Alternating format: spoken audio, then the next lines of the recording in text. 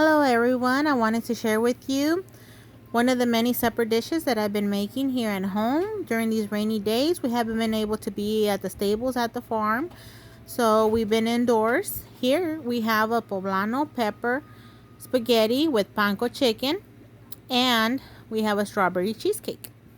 Homemade, something you can make with the kids.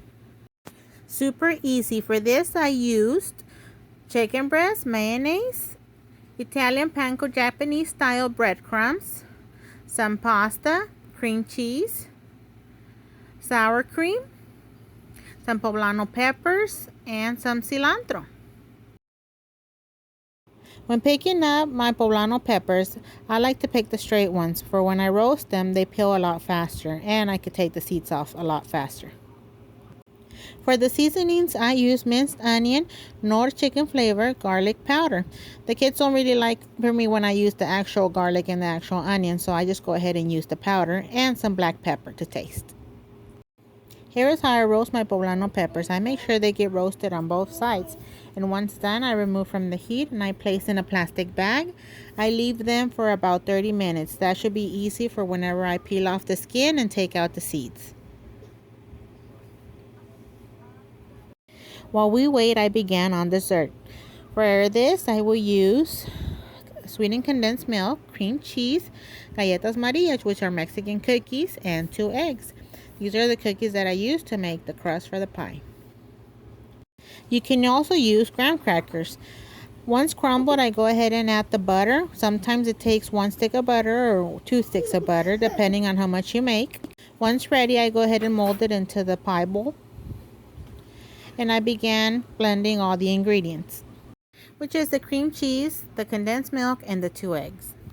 By this time, the oven should already be at 350, and I began to add the mix into my pie mold and set it in the oven for 45 minutes. Remember, every stove is different. And now we begin the chicken. This is one of the simplest recipes because it only takes mayonnaise and the panko breading along with the chicken breast.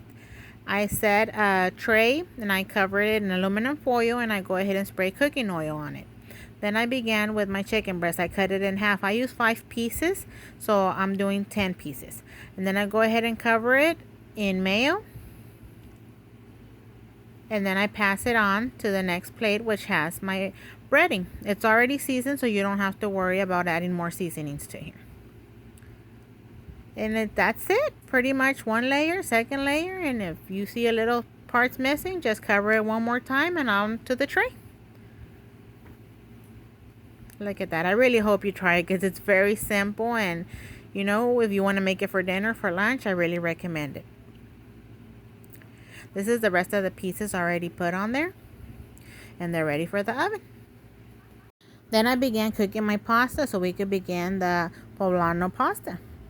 Here, as you can see, I already took out my poblano peppers and I began peeling the roasted part, and I go ahead and make a cut on the top so I can remove the seeds. Once they're cleaned out, I go ahead and began to slice them. As you can see, I made 3 for this recipe, and they're ready to be sliced so they can be put in the blender. Then I go ahead and wash my cilantro and I go ahead and chop it up so it doesn't get stuck in the blender as well. Then I go ahead and add my cream cheese, my sour cream, and I go ahead and add my seasonings, which is garlic powder, black pepper, the Knorr, the minced onion, the cream cheese, the sour cream, and this is what it should look like. I add a bit of milk, about a cup of milk, so it could be a little bit more watery instead of like so stiff. And this is what it should look like. We pour it over the pasta. If it needs to be warmed, you could warm it up a little bit more. Yes, it's green. It kind of looks like the pesto. There's the plate that we prepared for the kids. We go ahead and slide the pieces of chicken in slices, smaller portions for them, and a bread roll because they don't really like the veggies. And here's a plate that I prepared for the adults. As you can see, something simple. Where I come from, this is a very popular pasta served at weddings and quinceañeras along with birthday parties. Here's my cheesecake straight out of the oven. It still has a little bit of bubbles on top. Once it cools off, it's going to flatten down and it's going to be ready to decorate with some strawberries and strawberry glaze. Make sure you wash your strawberries. And here it is. Who's ready for dessert? I hope you have liked my video along with my recipe and you give it a try.